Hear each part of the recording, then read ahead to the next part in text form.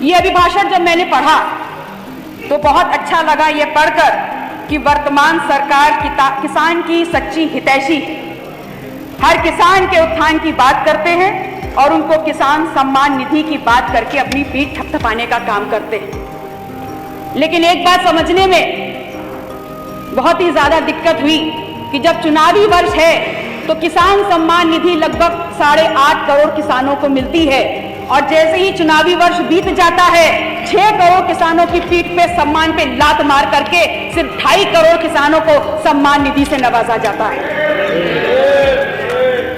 किस किसान के सम्मान और किसान हितैषी होने की बात आप करते हैं? बहुत अधिक दूर मत जाइए, सिर्फ बनारस जनपद को देख लीजिए जहां से आपका राजपाट चलता है। बनारस की धरती पे आज किसान ट्रांसपोर्ट नगर योजना के लिए उसके अंदर जो उनकी भूमि का अधिग्रहण किया जा रहा है और जिस प्रकार से पुलिस प्रशासन और पूरा एडमिनिस्ट्रेशन उनको अपने जूतों के तलबे के नीचे रौंदने का काम कर रहा है, 10 साल से वहां किसान लाठी की मार झेल रहा है। अत्यधिक ऐसे क्राइम्स में उनको दबोचा जा रहा है कि वो इस देश के अन्नदाता होते हुए अपराधी की लिस्ट में आ गए। किस बात में आप किसान के हितैषी होने की बात करते हैं? इस बनारस में वैदिक सिटी के नाम पर आप वहां पर किसानों की जमीन को हथियाने का काम कर रहे हैं और भूमि अधिग्रहण 2013 के बिल के लागू होने के बावजूद उनको आज की वर्तमान परिस्थितियों में वो मुआवजा नहीं मिल रहा है जिसके अधिकारी वो हैं। आज वही बनारस में काशी गेट के नाम पर लाठी डंडे की मार झेल रहा है ये किसान। उसकी भूमि जबरन डंडों के पर्दे के नीचे आज छीनी जा रही है और उसको आज यहाँ पर मुआवजा नहीं दिया जा रहा है। ये चंद उदाहरण हैं आपके सच्चे किसान हितैषी होने के।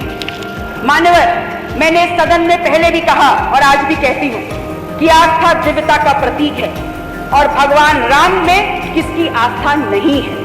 भगवान राम में हमारी आस्था किसी प्रमाण को नहीं चाहती और ना किसी प्रमाण की मांग करती। भारतीय समाज ने जिस भगवान राम को पूजा वो वनवासी राम है, वो केवट मल्लाह का राम, निषाद का राम है, वो सबरी का राम है, वो राम है जो जंगल में कंदमूल खा कर रहा है, जो गरीबों का राम है, जिसको आज आप नव्य भव्य बनाने चले हैं।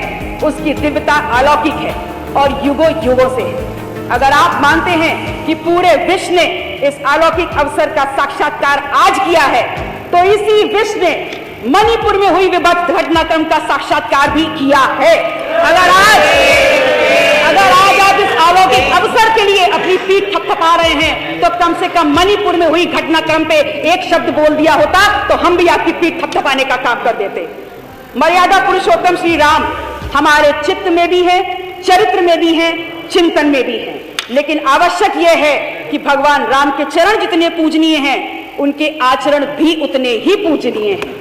राम की नीति और नियतियां सर्व समाज के उन्नयन के लिए हैं, परंतु अफसोस, मान्यवर अफसोस है इस बात का कि आपका पूरा प्रयास है इस बात पर कि आप भगवान राम को उनके अपने राजनीतिक तल पर लेकर आए।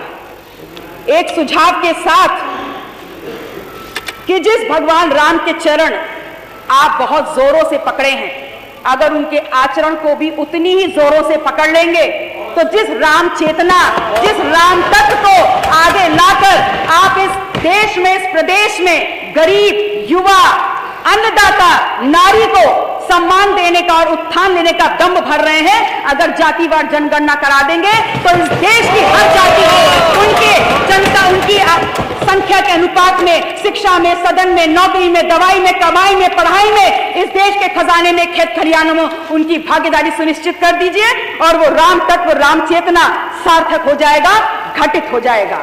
लेकिन कहने में कतई भी दोष नहीं है कि जो आपका चाल है, जो आपका चरित्र है और जो आपका चेहरा है, आपका उससे ये सत्य होता दिखता तो कदापि नहीं है। बहुत बहुत आभार मान्यवर, धन्यवाद।